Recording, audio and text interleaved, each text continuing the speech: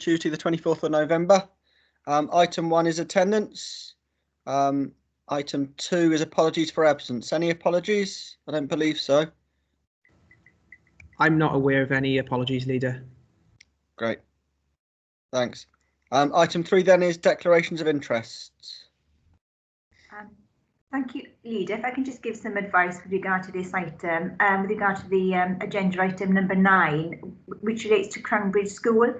My advice is that if you are a governor at the school, of you or anyone with whom you live, or any person with whom you have close personal association attends or works at the school, you will need to declare an interest. I understand that Councillor Gordon has a daughter who works at the school. This is a prejudicial interest, so I understand Councillor Gordon will be leaving the meeting during this item. If I can confirm Councillor Gordon, if I can ask Councillor Gordon to confirm that interest, please. Yes, thank you, Della. That's correct. Thank you. I'm not aware of any other interests. With regard to the other items on the agenda, my advice is that if you enter into a debate or ask a question about a specific matter in the reports, then you can consider at that time whether you have an interest to declare. Thank you, Leader. Okay, anyone else want to come in on this item? Thanks, Delith. And noted Joe's interest in item 9. So the next item then is the confirmation of the minutes from the 13th of October. Any matters arising from those? If not, can I confirm they're a true and accurate record then? Everyone happy? Yes. Okay. Yeah. Item 5 then's update on actions. Chief Executive Alison, anything you want to come in on here?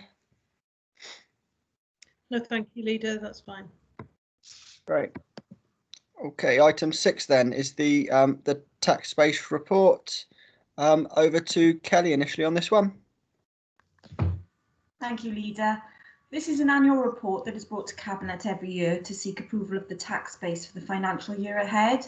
I know Nigel will run through the detail, but I just wanted to highlight that last year and in previous years we've assumed a collection rate of 99%. However, due to the pandemic and its effect on many individuals, it is not surprising that there has been an impact on the ability of some residents to be able to meet their council tax liability. Additionally, it has had an impact on the council's ability to recover outstanding liabilities. Any loss on collection is carried by this authority and not any of the other precepting organisations who are guaranteed their income. Given that the pandemic is having an effect on outstanding council tax for this financial year, and the likelihood is that the situation will continue into the next financial year, it seems sensible and financially prudent to revise the collection rate down to 98% for 21-22. So I fully support that recommendation, and I suspect other councils will be doing similar. There are no proposals to change any of the discounts that can be applied in 21-22, and therefore they will, if the report is agreed, stay the same. Before I hand over to Nigel, can I just say that I know this is a tough time financially for many people at the moment, and I would urge anyone who may be struggling to pay their council tax to please contact the Revenue and Benefits team here at the Civic Centre to see how they may be able to help. There is help available through things like the Council Tax Reduction Scheme and the Financial Inclusion Service. There is advice there and available if you need it. Thank you, Leader.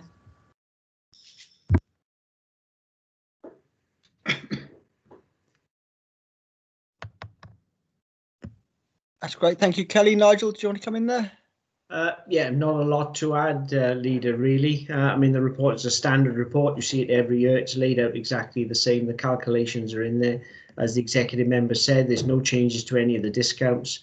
Executive members referred to the move down from 99 to 98% assumed collection. For those who've been, around all the time that I've been the treasurer, I've always been the other way, pushing the collection up. But this is one year where we've got to notch it down because, as the executive member said, we bear all the loss on collection as a council and not the precepting bodies. We're able to do it because the base is buoyant enough to cope. And what's really lost is an opportunity cost in terms of the budget as opposed to an actual loss. So nothing really further to add to the report, Leader. Okay, thank you. Any questions, colleagues? If not, if I can move to the recommendations at paragraph 7. It's that it's recommended that the tax base for 21-22 as detailed in the report be approved. For properties in prescribed classes A and B, i.e. second homes, the council continues to apply a nil discount. For properties in prescribed class 3, i.e. empty properties, the council continues to apply a nil discount, and the information that accompanies the demand notice continues to be supplied electronically. Can I go through members to check everyone's content with that report? Just a second. Can I take Richard Clark first? Content. Kelly Preston. Content. Fiona Cross. Approved. Thank you. Mandy Owen. Approve. Great. Dave Daniels. Agree. Dave Yall. Approve. Mandy. And Joe Gordon. Approve.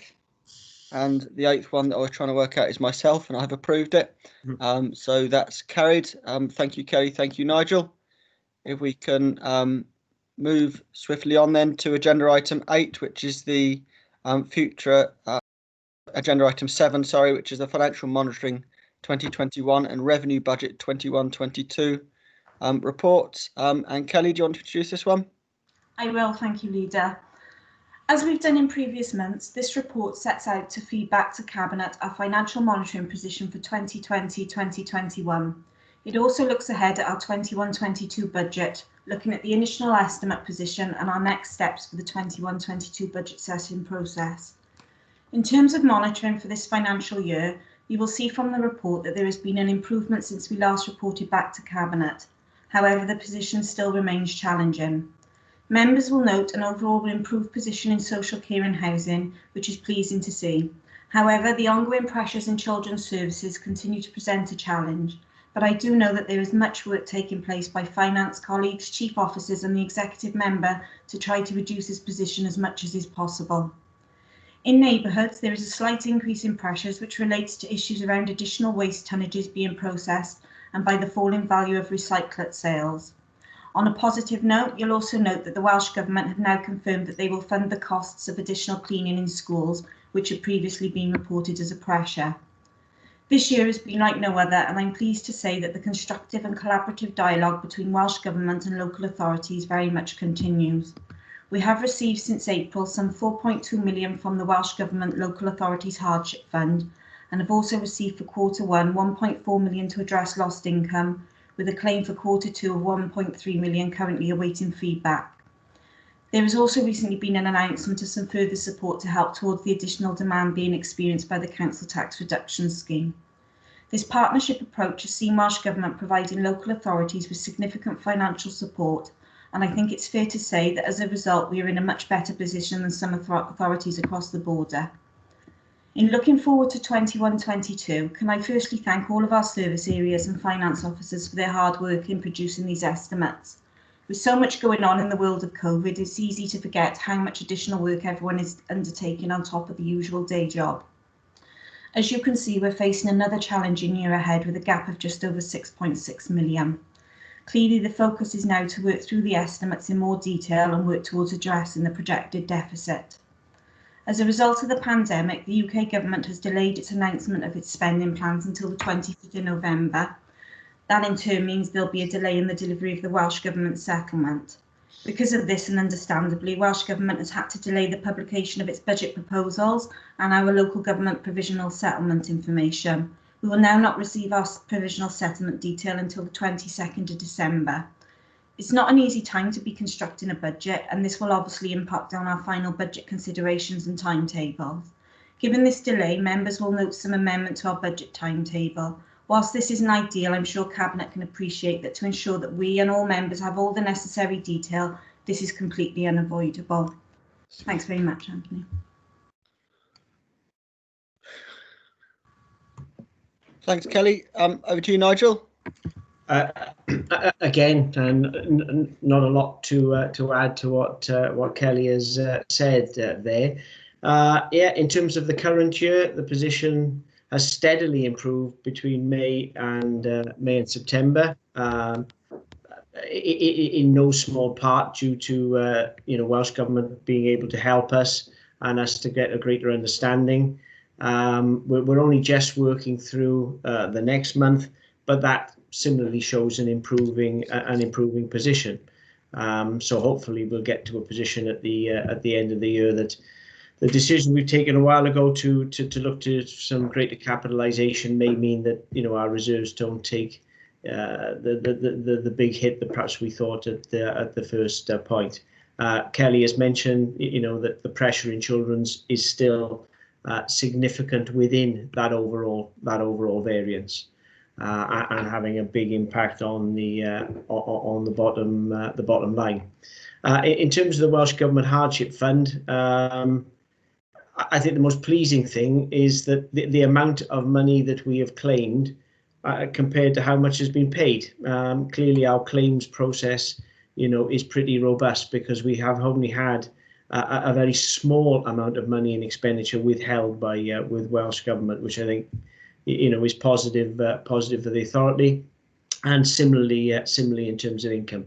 In terms of income, obviously that figure includes claims we're making on behalf of Torfaen Leisure Trust and their income shortfall. Council tax is obviously outside of all of these numbers, and there's no loss of council tax being built into any of these numbers. And the funding, the forecast paragraphs are the same as they've been in previous years. In terms of the estimates for 21-22, I think I characterise the budget at the moment as being behind in terms of time and consideration than previous years.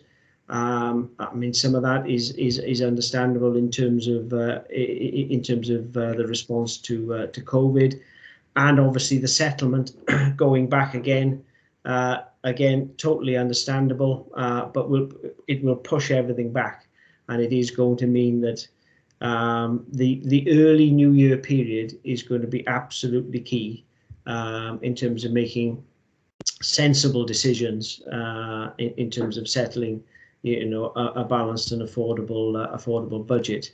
The first draft estimates are there. In 5.3, we compare it to what we assumed when we did the MTFP, and you will see for things like pay, we almost landed it in terms of the MTFP correctly. It's in the area of demand and income loss is where there's a big variance.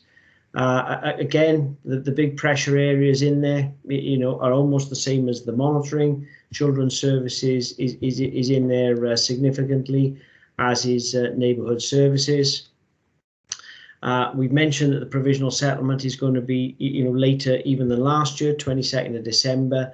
But after tomorrow, when the Chancellor makes his announcements, I'm sure people like the WLGA and Welsh Government will be working on the numbers. And I'd like to think that we would have some indication and we'll be able to correlate back that to the assumptions that we're already making to see, I don't think the 22nd of December will be the first time we'll, have an understanding of where our position will be. And that will help us in December, because as I say, January is going to be a key month. I don't think I've got anything more to add, Leader, other than I'm happy to answer any questions. Thanks, Nigel. Thanks, Kelly. Any questions or comments on this report, colleagues? I'd certainly like to add my voice to Kelly's thanks to officers for their hard work, on top of the usual job of trying to keep the budget on track in year and for next year, which is obviously more difficult this year given all the uncertainties. They've had extra work to do, everything from business grants to other support streams, so their hard work is very much appreciated, as is the prudent approach both mentioned within this report and in the previous report. I think that prudent approach that we take to financing is especially vital given all the uncertainties that have been explained today. And I also note Nigel's sort of emphasis on the need for some hard work early in the new year to get things on track for the next financial year. I think that's something that all councils will be finding necessary. I would just like to add my voice to Kelly's thanking Welsh Government for their support. I think it's important in times like this that different levels of government work together to safeguard the vital local services that we provide and help them weather the storm. I think those services have shown themselves to be more vital than ever in these tough times. I think what those services need is that careful approach and that continued support, certainly, and not more austerity which they faced over the past decade. So I hope the services that have shown themselves to be so important will be continue to be supported at a UK and a Welsh level, and we of course will do all we can at a local level to support them too, because the services and the staff that work in them really have shown themselves to be vital in these tough times. Any other questions for Kelly or for Nigel before we come to the recommendations, which I shall just click on there at paragraph 10. It's recommended that Cabinet notes the financial challenges the council is facing, endorses the proposed approach to funding the current forecast position, notes the initial 21-22 estimate position and the proposed next steps in addressing the forecasted position, and notes the revised timetable for the remainder of the 21-22 budget cycle. So if I can take members in turn on that to agree the report. Richard? Sorry, mic problems. Approve. Thanks, Rich. Kelly? Approve. Fiona? Agreed. Mandy? Approve. Dave Daniels? Agreed. Dave Yole? Agreed. Joe Gordon? Approve. And myself agreed, so that's carried. Thank you, Kelly, and thank you, Nigel. If we then come to the next agenda item, which is Torvine training. If I hand over initially to Joe for this one. Okay, thank you, Leader. Okay, so the impact of COVID on the prospects of our young people, particularly our vulnerable young people. Oops, hang on, I just lost my notes.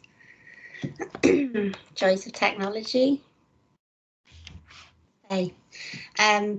Particularly our vulnerable young people is something that is important to me. So it is timely that I'm able to present a report to you today on the future of our training activities. Torvine is the only local authority who still have the ability to deliver training directly to our young people and to the businesses in our borough. I am proud to say that the work of our team over the years has helped hundreds, if not thousands, of our residents either into employment or to progress within employment. It's also helped our young people who are most at risk of becoming not in employment, education or training to find long-term work. As you know, Torvine Training relies heavily on external contracts to deliver its activities. It is the contract holder for Welsh Government apprenticeship and traineeship contracts, and I'm pleased to say that through these contracts it's been able to deliver training without requiring subsidy from the council's own resources. But the contracts are ever changing and unfortunately are getting tighter. Like many providers, we have seen our contract income fall steadily throughout this decade. If we want to sustain the good work that Torvine Training delivers, then we need to change our delivery models to reflect this. But this means some difficult changes.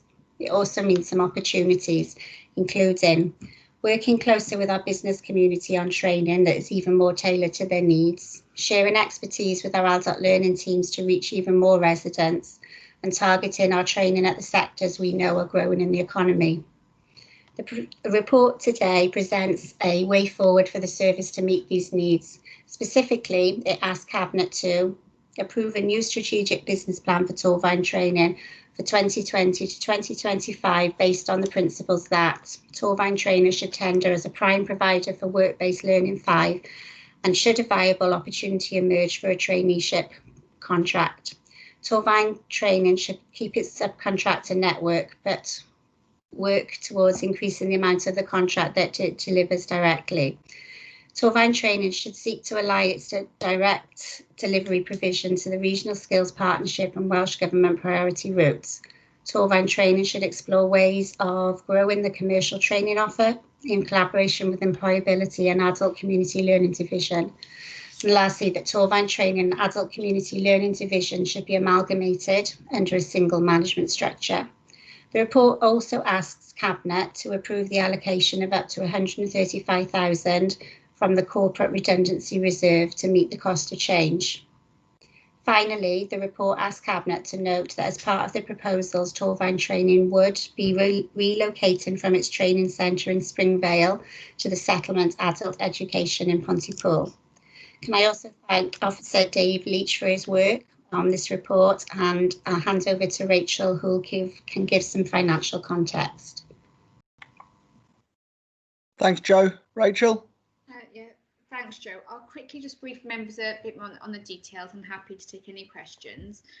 This report outlines the strategy for Torvine Training for the next 5 years, as Joe has outlined, and seeks approval to also allow the team to bid for the traineeship contract, which Welsh Government intend to procure imminently.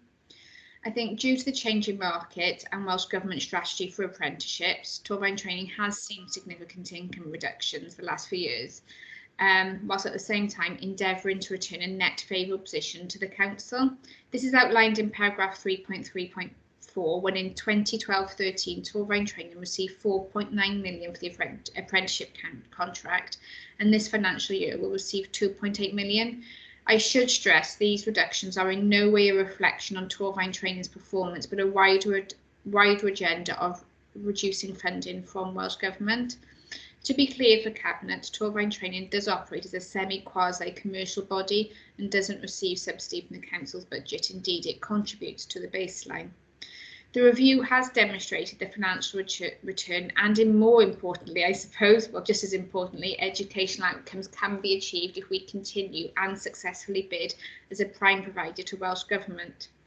Welsh Government, through their own priorities and strategies, do place different emphasis on different training pathways, and you get different financial returns based on what you deliver, and we deliver a range of both high priority and also low priority routes, which is outlined in para 3.2.4. It's the lower priority routes which then have more impact on the financial baseline. The review has also demonstrated that Torvine Training remains strategically well aligned to corporate plan priorities, particularly improving education attainment and supporting the vulnerable. For example, in 2020, 68 people who were at risk of becoming NEET successfully transitioned into work-based learning. It is also closely aligned to the emerging priorities in the economies and skills strategy, particularly the foundational economy aspect, with 25% of Torvine's employment being in health and social care and childcare, both apprenticeships which Torvine Training offer and specialise in. The report identifies that 4 options were modelled: the current delivery model, Torvine Training becoming a subcontractor for another provider, increasing direct delivery, or closing Torvine Training down. The review determined that whilst we are proposing to continue with the current way of working, the structure and function of Torvine Training has to evolve over the next couple of months, particularly to help alleviate the budget pressures Nigel and Kelly outlined in the previous item. Joe has already outlined the proposals, but it's much closer linked with adult education, particularly review of commercialisation very quickly for low priority routes and other commercial training, more strategic managerial alignment with adult education, which will be a subject of consultation with staff and reports to myself as Chief Officer from the Head of Service. We will gradually evolve from reliance on the subcontractor network to in-house delivery. It gives a better financial return, but it is also more costly in terms of setting up, in terms of staff costs, so there is a risk. So that is one which we intend to do more, to do it slower and more carefully, and also move from Springvale Industrial Estate and relocate to the settlement. So all of these measures are in attempt to ensure that we can still deliver on the educational outcomes, but also mitigate the budget pressures for 2021. These themes are all expanded fully in section 4.2 of the report. In terms of risks, there are a few that Cabinet need to be cited on. The projected financial return is based on us being successful in the procurement and maintaining a contract value equivalent to that of 2021. If the deep dive into commercial training is not fruitful, then consideration will have to be given to reducing the operating costs. And as Joe has outlined, this is where the approval to access the corporate redundancy reserve does come in. I will stress we will do all we can to avoid redundancies. Staff were briefed last week on the publication of this report. They've been fully engaged in the review process, and I know they are working really hard to try and find new commercial avenues for the service. As you can imagine, at the moment, the COVID situation is proving that to be more difficult. The report does not cover the financial pressures for the service this year, which is featured in the previous budget monitoring report. Due to COVID, as you can appreciate, companies have not been recruiting staff, and therefore our income targets have been significantly affected. And this is an ongoing conversation between finance and the team, and also Welsh Government on the income claims. The review has demonstrated the value of Torfaen training. It also identified the cost of closing it down is significant, almost £500,000. Therefore, the concerted effort, strategic realignment and some focus on commercialisation, we are hopeful that the most vulnerable in Torfaen will continue to have support and learning, and that the service can continue to contribute positively to the net financial position of the Council. Therefore, commend the recommendations to Cabinet. Thank you, Joe, and thank you, Rachel. This certainly seems like a good example of retaining the principles of a valued function and its goals and the outcomes that we really value in very difficult and changing circumstances. So I certainly welcome the report. Any questions, colleagues, or comments before we move to the recommendations? They're at paragraph 8. If people are content to move, then I will move to the take a vote on the recommendations. Richard Clark. Approve. Kelly Preston. Approve. Fiona Cross. Agreed. Andy Owen. Approve. Dave Daniels. Agreed. Dave Yole.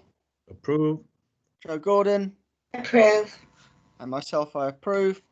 So that's carried. Thank you both. If I may, can we move to agenda item 10 now, the devices policy, because people have to go. Someone has to go after this item, and then come back to Cranbridge following that. So if we move to agenda item 10, which is the bring your own devices policy, and can I bring in Dave Yole to start this one, please? Thank you, Anthony. Before I do start, I'm pleased to see that Alison is back amongst us. Alison, I hope you're feeling better. As you'll all be aware, we've been developing our information governance framework, and Cabinet has continued to receive new policies and procedures that support this initiative. As part of this framework, we have for many years allowed individual personal devices to access certain information. A good example of this is our email facility. However, the world is moving at a rapid pace in terms of IT provision, and we are having requests for further access for people to use their own equipment, thus supporting a wider and more agile working environment.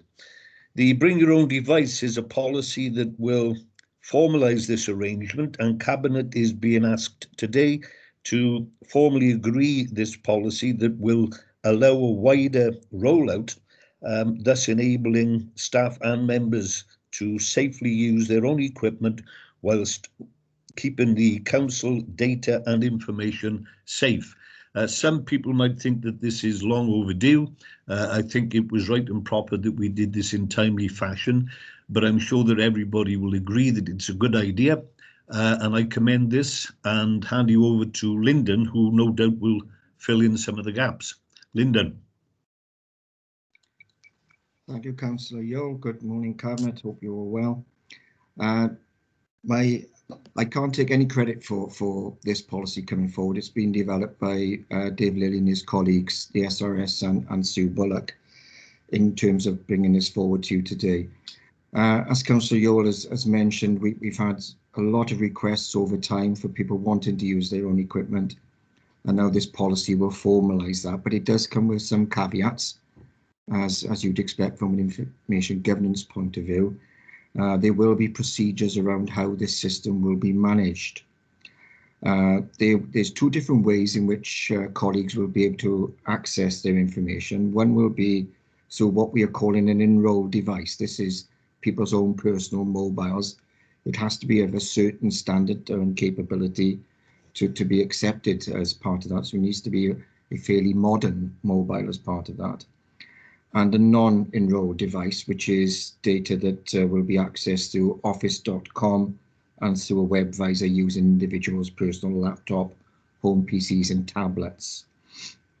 Either way, to be allowed to be able to use bring your own device as part of accessing our corporate information, we will be putting, or will be insisting that the Intune Office portal is downloaded onto each of the system, which allows the council to keep control of its corporate information.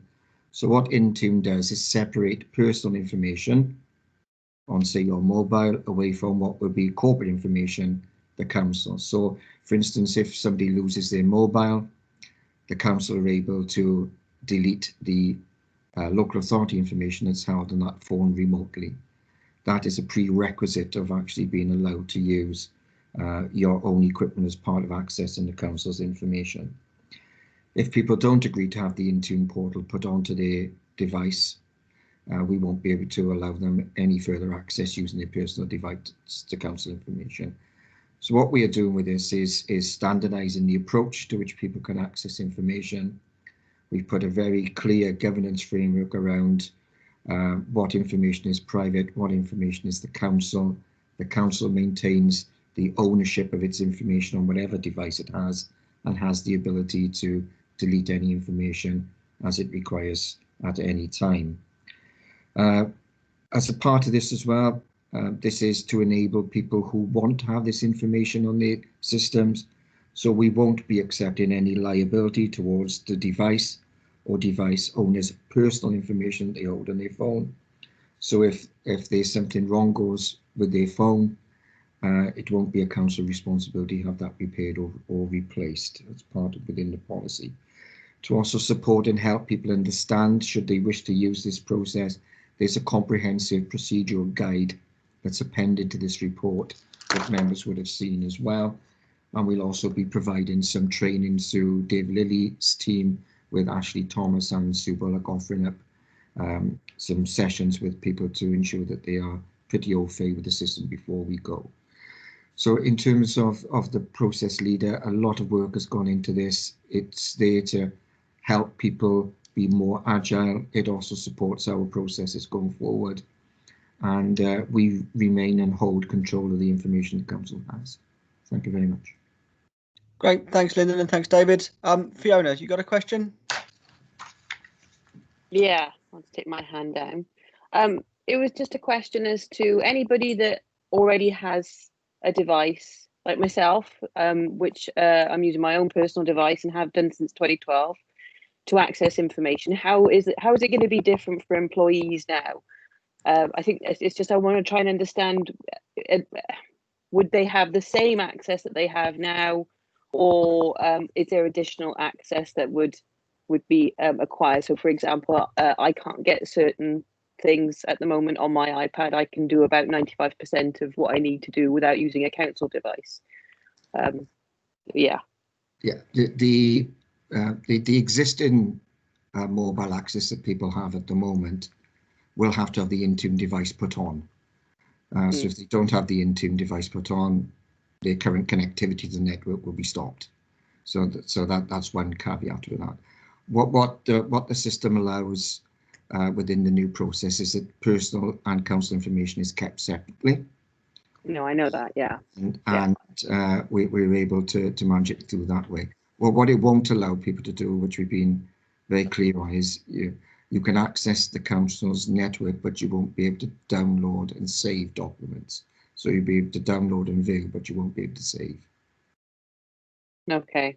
I understood that, you do actually have a very good procedural record there so that people can understand how it works. And I mean, I can imagine that some people might be a bit nervous about downloading an app to their device, but I'm sure that it is as it should be. So I'm not suggesting that it isn't in any way appropriate. And I actually do agree with the fact that the policies come in. I was just, like I say, I wasn't clear with if this was going to give that additional access to people. Like I said, I don't get the full access to the system. But yeah, okay, thank you. Great, thanks. Any other questions or comments before we move to the recommendations, which are at paragraph 7 on the reports? If I can take approval then, one by one again, from Richard. Approved. Kelly. Approved. Fiona. Agreed. Mandy. Approve. Dave Daniels. Agreed. David Joel. Approve. Joe Gordon. Approve. And myself approved. That's carried. Thank you, Lynn, and thank you, Dave. We can move back then to agenda item 9, which is the Cranbridge School expansion. If I hand over initially to Richard on this one. Hang on, I need to leave the meeting for this one. So could Rachel call me back in when it's finished? Will do, thanks. Thank you. Thanks, Joe. Richard. So, thanks, Leader. Cranbridge School moved to its Crosscailloch campus in 2012 with a proposed capacity of 80 places. Since then, demand has increased, and within the school, some specialist curriculum areas and meeting rooms have been modified to increase the roll to 95. This obviously has had a knock-on effect with those areas not being available for other purposes, so it has had effect on staff and outside special need resource bases. Demand is increasing and will increase, and if we have to go out of county to accommodate pupils, that's around 90,000 per placement compared to the 32,000 in-house costs, and we've already had reports on this budget in relation to the budget and the financial pressures on service areas. This proposal is for 50 additional places and will be open hopefully in December 2023. The capital element of the project is proposed to be 75%, whilst government funded, 25% Torfaen funded. But to secure this funding, we need to submit the business case, which is before you today for your approval. Also, the 50 places is excess of 10% expansion, and as such, we are obliged to undertake a statutory consultation, which again we are seeking Cabinet's endorsement of today. That's in relation to the report. The move to the Crosscailloch site, the pre-Crosscailloch site, and the continuing strength of Cranbridge School is due to a number of people, but it would be remiss of me at this stage to acknowledge Leslie Bush. Sorry, not to acknowledge even Leslie Bush, the head teacher, and she will sadly be retiring in December of this year, and naturally I wish to thank her for her years of service and passion for the school, for the students, both past and present and future, because of her involvement in this project. Anybody who has met Leslie will know of her enthusiasm, and I'll say passion a second time because it is worth repeating. She absolutely embodies the ethos of leadership and takes the school with her and wanting the best for her students. She is, it's almost infectious, her enthusiasm. So whilst I am very happy to be proposing the expansion of Cranbridge, it is with a sadness in my heart that Leslie from Christmas will no longer be leading that. I'm sure she will be involved in some way or another, because I'm told that retiring people are more busy when they're not retired. So I wish her every future happiness in her retirement, and ask Steve if he wants to pick up anything I've glaringly missed out. Great. Thanks, Richard. Steve? Thank you, Leader, and thank you, Richard. Obviously, all the points have been covered. I think I just want to take Cabinet members on to towards the end of the report, just to talk through the timetable of events that will be up and coming, really, following approval of this business case and Cabinet report. So in December, the public consultation process will begin, and we'll also be submitting the business case to Welsh Government. Then in February of next year, Cabinet will receive a report on the outcome of that consultation and further details about the revenue and final capital implications in order for Cabinet to consider the next steps. If Cabinet decide to proceed, following that, a statutory notice will be published. And then in March and April, if no objections are received, the determination of the proposal will be via the executive member for education. But if we do receive objections, we'll be bringing another report back to Cabinet to make a decision. Following that, if that's all proved successful, we'll be starting the pre-construction period in April of 2021, leading up to, as Richard said, completion December 23 / January 24, when we'll be able to open the new extension. That's all I need to add, really. Thank you. That's great. It's really exciting to see those timelines, see how it could take shape if it's decided to go ahead. Any questions or comments for Steve or Richard? I would like to, echo Richard's comments about the head teacher, Leslie Bush, and, every time I visited Cranbridge, obviously we can't at the moment, unfortunately, but every time I have, I've been struck by the excellent sort of spirit and passion those at the school have for educating those young people. It's always been a pleasure to visit there, certainly, and it's good to see that we can invest in the school to give more young people the opportunity to have that education. If we're happy then to go to the recommendations, which are at paragraph 8 of the report, and I'll take votes as before. So Richard? Approve. Kelly? Approve. Fiona? Agreed. Mandy? Approve. Dave Daniels? Agreed. Dave Yole, I believe, had to leave, unless he says now. He's still here. Joe Gordon? She can't be here. Sorry, yeah, catch up, Anthony. And myself, I approve. So that's carried. Thank you, colleagues. If we can move on then to agenda item 11, which is the complaints annual report. Thanks, Stephen Richard, for that one. Councillor Gordon back in, Leader. Yeah, just wait for Joe to come back in. I'll tell you, the day I can chair a meeting actually in a room with people present will be a happy, happy day. Trying to do these things with 2 bits of paper and 1 screen with 3 things you need on at a time is fun, but it keeps us on our toes. I can confirm Councillor Gordon's back here now. Welcome back, Joe. Hope you're okay. So if we can move on to agenda item 11, which is the complaints annual reports. Thank you, Leader.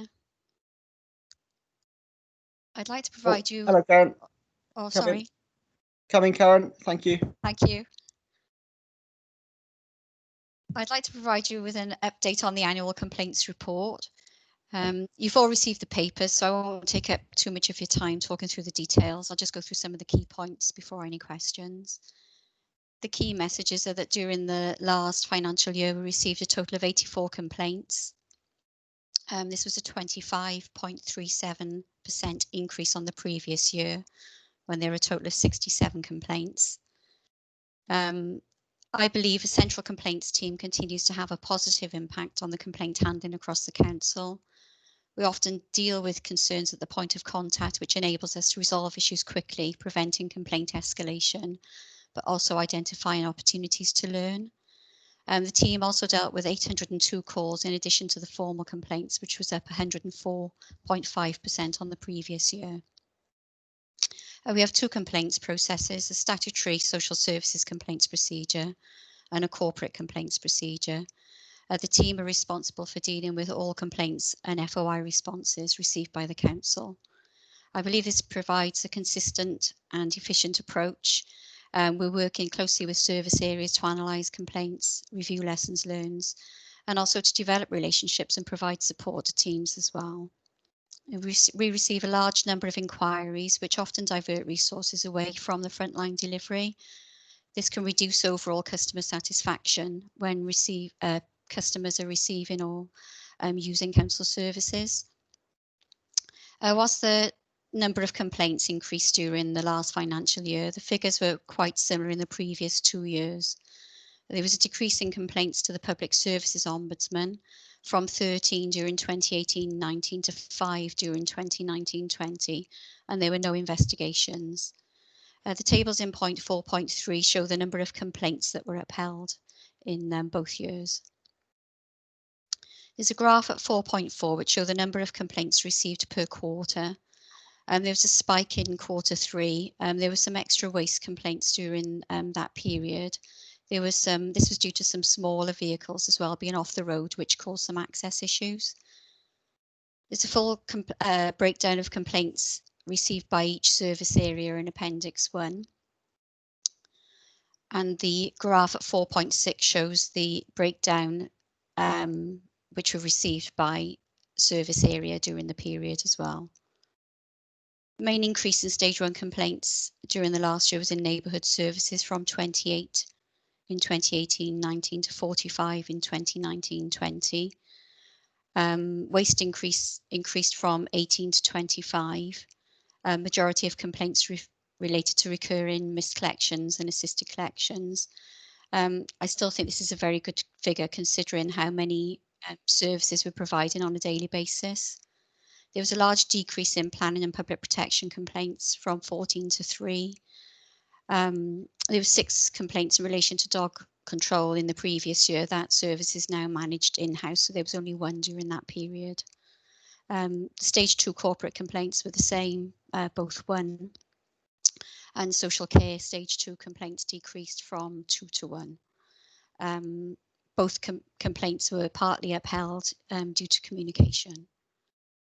The 5 complaints made to the Public Services Ombudsman were 2 for Children's and Family Services, 1 for Highways, 1 for Education, 1 for Waste. There were no investigations. 1 complaint was partly upheld regarding communication again. The lessons learned from the handling of the complaints are all detailed in Appendix 1 by service area. They included updating automated messages, customer notices, communications, to help manage customers' expectations really, and some letter drops to residents asking them to park considerably to allow access on collection days. I was made aware of 57 compliments during the last year, which again are all listed in the service summaries. Some are so good, I just quickly wanted to share a few with you. The ABS support in Torfaen is excellent. Having worked around many local authorities, we feel Torfaen has outshone them. There were 13 compliments for the waste crews for their efficiency in customer services and their assistance to residents. But during March, there were 4 compliments, grateful not only for the continuation of service, but instances where the crews had gone the extra mile as well. One that was really, well, fantastic, I thought, was an extremely professional individual who has the unique ability to communicate on so many levels, ensuring that the young person remains the focus within any given situation, which has been presented to our young person over the last year and a half. Your organisation is outstanding and an invaluable resource for those with mental health issues living within the community. The overall response rates, we record 95% of the complaints that will be responded to in line with the time frame in the procedures.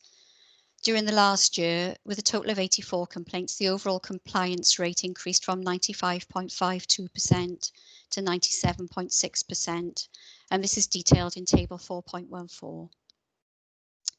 I'm currently not able to provide a detailed benchmark and breakdown comparison with other local authorities, but the Ombudsman have started collating information during the last year with the introduction of the Public Services Ombudsman of Wales Act 2019. They've got new powers to include the launch of a Complaint Standards Authority for Wales, which is collating data from all of the local authorities. They will also be able to accept complaints other than in writing, undertake their own initiative investigations, and also cover some aspects of private healthcare. They provide some figures in an annual report in relation to the number of complaints they receive. Torfaen has a lower than average number of complaints when the figures were adjusted for population. The complaints decreased from 12 in 2018-19 to 5 in 29-20. And the number of complaints reported per 1,000 residents was 0.05. I'm really pleased to report that this was the lowest figure out of all of the Welsh local authorities. And if you'd like to see the letter, that's attached to the report in Appendix 2. On to point 7. Whilst we have a robust complaints process and we respond appropriately to complaints, we're always looking to work with teams to see how we can improve and further prevent complaints. The service areas attended some training which was provided by the Ombudsman free of charge during October. This included complaints handling, managing difficult behaviours, communication and managing expectations. A critical part of dealing with and resolving the complaints are the lessons learned. There's a risk to the council's reputation if residents and the Ombudsman perceive that complaints are not taken seriously and are not dealt with appropriately. We have a wealth of information via complaints and customer comments, and it's a missed opportunities if we're not able to act on that. The team are grateful for the support of our colleagues when we're dealing with complaints. As we're aware, the reactive nature of dealing with the complaint is an added pressure. We manage these tasks and use the opportunity to discuss the intelligent, identify opportunities for improvement, and we'll continue to work proactively on complaint prevention. We've worked hard to develop relationships so that people know we're willing to help, we're approachable, and we can provide support and try and resolve issues before escalation. These points are detailed in points 7.4 and 7.5. And if anyone's got any questions, please feel free to ask. That's it from me. Thank you, Leader. Okay, thank you, Karen. I think I would like to thank you and the team you work with for the way that you act sort of calmly in a timely and professional manner, and take complaints seriously in the way that we'd just expect, but also get involved with learning the lessons that we can learn when complaints come in, because it's awkward within any organisation, isn't it? Because you've got areas of conflict and it's not always easy for very hard pressed departments to try and learn and take the positives out of receiving a complaint as to how we can prevent it happening again. But I think you certainly do that in a very professional and appreciated way. So I would like to thank you for that, because lots of the more positive parts of this report that you've outlined I think are in large part due to that approach that you take. I always like looking at the compliments as well as the complaints, because it's very easy to forget sometimes that if you do something right 99 times and get it wrong once, then sometimes all the focus on one. It's like being a goalkeeper playing football if you're not careful. But I think it's worth highlighting the areas where our staff and our departments go out of their way and above the call of duty. So I appreciate that too. I also welcome the lower than average number of complaints that you mentioned, and the fact that we're the lowest authority in terms of the public service ombudsman complaints, and that's very much appreciated. So thank you for all the work that you and your team do. It really is appreciated by members and by other officers as well. Thank you. No problem. Any comments or questions from colleagues before we move to the recommendations? Okay, the recommendations are at paragraph 8 of the report. If we're happy to go to a vote on those, Richard? Agreed. Kelly? Agreed. Fiona? Agreed. Mandy? Agreed. Dave Daniels? Agreed. Joe Gordon? Agreed. And myself agreed. Thanks very much, Karen. See you again soon. Okay, thank you. If we move on then to agenda item 12, which is the Joint Committee and Partnership Body appointments. Nancy, I'm bringing at this point. Yes, good morning. Thanks, Nancy. Good morning.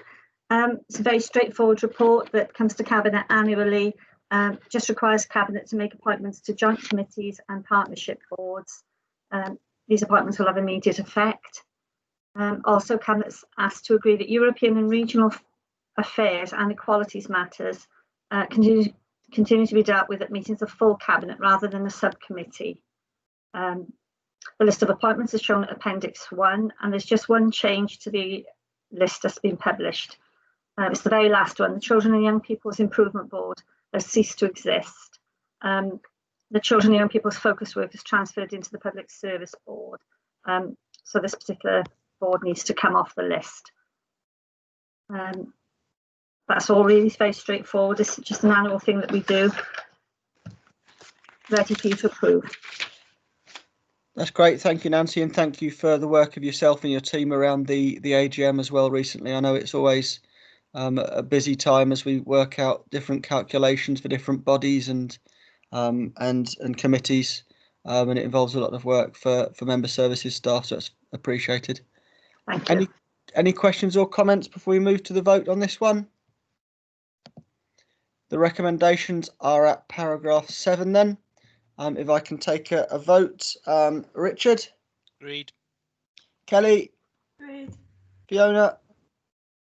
Agreed. Mandy? Agreed. Dave Daniels? Agreed. Joe Gordon? Agreed. And myself agreed. That's carried. Thank you, Nancy. Thank you. Thanks, colleagues. The next agenda item is the exclusion of press and public for an exempt report. If I can just get to the right bit of my thing. This is to the agree for the exclusion of press and public from the meeting, as the report that follows is not for publication, because in accordance with paragraph 14 of Schedule 12A of the Local Government Act 1972, as amended by the Access to Information Variation Wales Order 2007, catchy name, it contains information relating to the financial or business affairs of any particular person, including the authority holding information, and the public interest in maintaining the exemptions outweighs the public interest in disclosing the information. Are we all agreed with that? Agreed. In which case, we can end the recording now, if that's okay.